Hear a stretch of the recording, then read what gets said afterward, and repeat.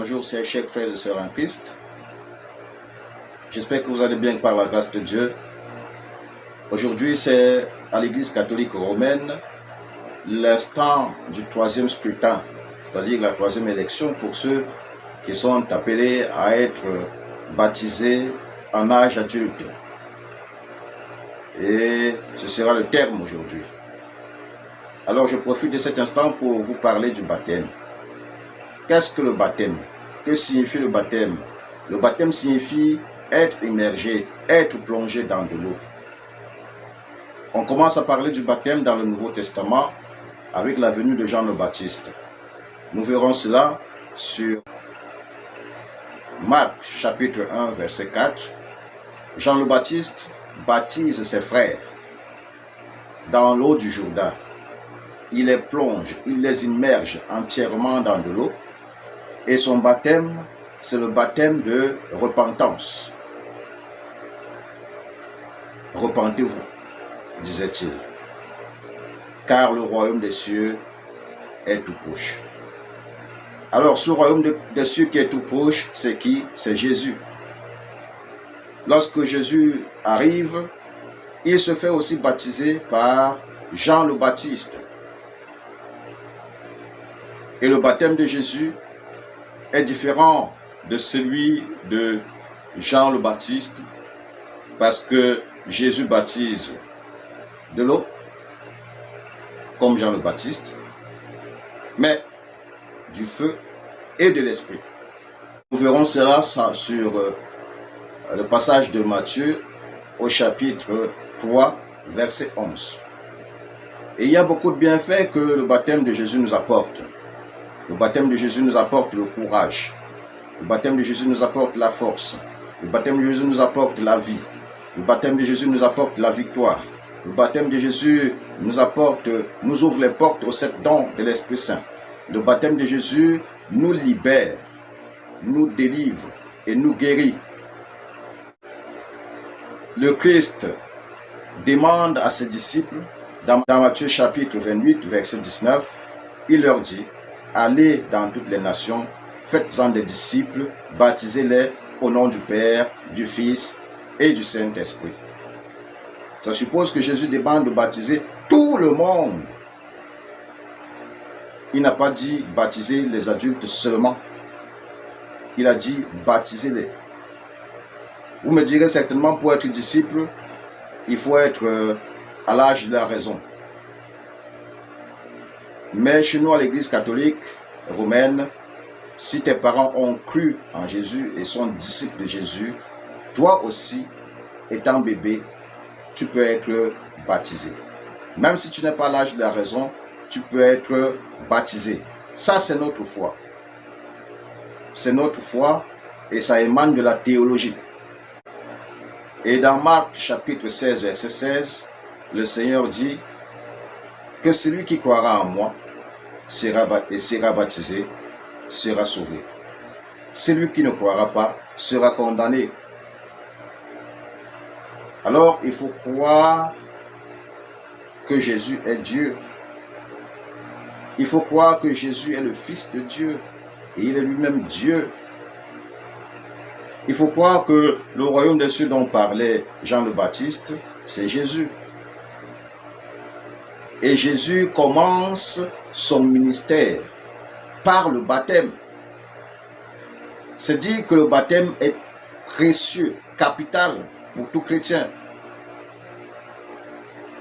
Je m'en vais demander à tous les hommes, à toutes les femmes, à tout chrétien, disciples du Christ, de faire baptiser les enfants, de vous baptiser vous-même.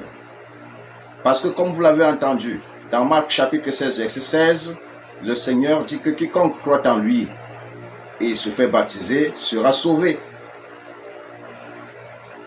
Alors, croyez que Jésus peut vous sauver, déjà par le baptême, qui est une étape initiatique, ou bien d'initiation à la vie chrétienne, mais qui est fort, qui est puissant, parce que rempli de l'esprit et de feu. Nous sommes souvent étonné de voir que même des chrétiens catholiques ne comprennent pas le sens du baptême. Le baptême, pour tout nouveau-né, comme je l'ai dit tout à l'heure, est une protection. Baptisez vos enfants, même s'ils n'ont qu'un seul jour. Dès qu'ils naissent, baptisez-les. C'est votre foi. C'est notre foi. Et avec certitude, je vous le confirme, pour tous les cas que j'ai déjà vus, que j'ai déjà rencontrés, le baptême sauve et guérit.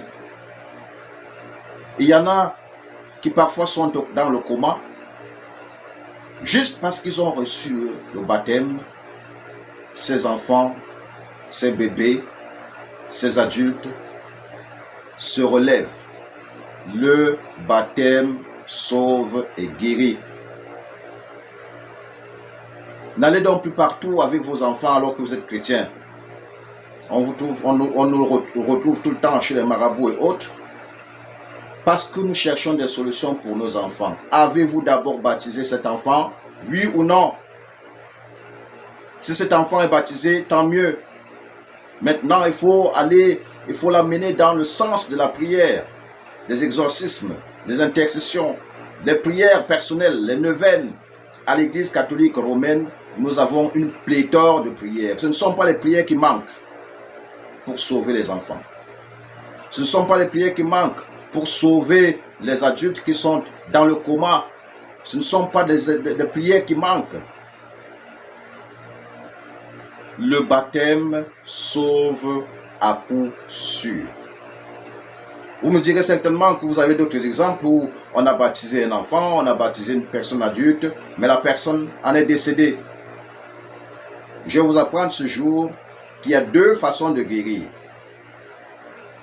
Il y a la guérison physique et il y a la guérison spirituelle.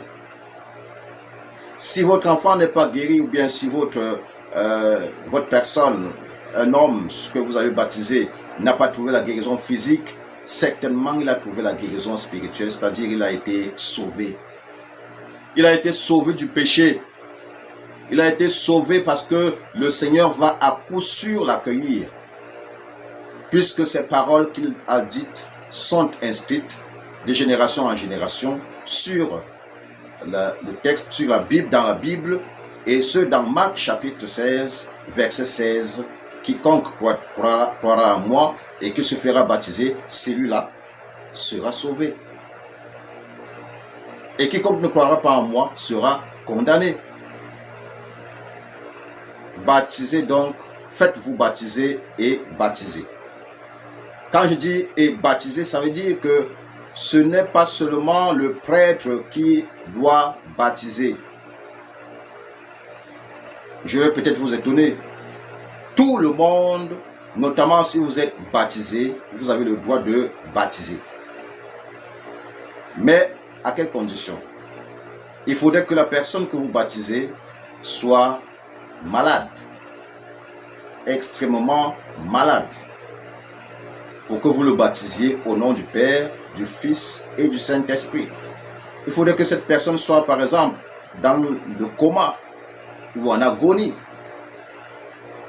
Et s'il arrive que cette personne, après votre baptême, ressuscite, tant mieux, gloire à Dieu, loué soit le Seigneur. Qu'est-ce qu'il faut faire par la suite?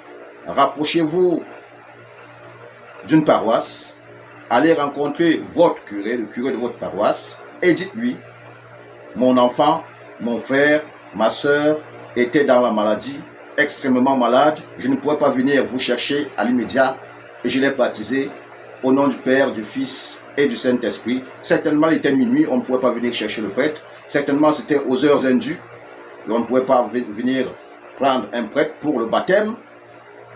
Je l'ai fait. Alors, je viens vers vous pour dire, je l'ai baptisé. Et ainsi, le curé vous posera certaines questions. Et à la suite de ces questions, après ces questions, il établira une carte de baptême pour cet enfant, pour cet homme, pour cette femme en âge adulte qui a été baptisée et qui a été sauvée. Ne restez donc plus ignorants. vis-à-vis du baptême. Vous qui êtes chrétien catholique romaine, ne recevez plus des doctrines contraires sur le baptême. Parce qu'on vous dira que l'Église ne verse que de l'eau sur la tête. Mais je vous ai donné tout à l'heure la définition du baptême, immergé, plongé. Et dans l'Église catholique romaine également, on peut plonger dans de l'eau. On peut immerger entièrement jusqu'aux gros orteils. De la tête jusqu'aux gros orteils. On le peut. La preuve, il y a des églises catholiques qui sont construites avec des piscines à l'intérieur. Pourquoi? Pour le baptême. Pour baptiser les chrétiens. Il y en a, ça existe. Donc, que ces gens qui vous donnent des doctrines, qui vous enseignent autre chose que l'Église vous enseigne, fermez les oreilles, écoutez ce que l'autre Église vous enseigne, défendez votre foi, bec et ongle, et soyez des hommes de prière, des femmes de prière. Le baptême est la première solution de tout homme sur la vie. Je vous souhaite un bon temps de carême. Je vous souhaite à tous ceux qui jeûnent d'être forts, courageux, malgré les tentations. Restez ferme dans votre jeûne. Restez ferme dans votre pénitence.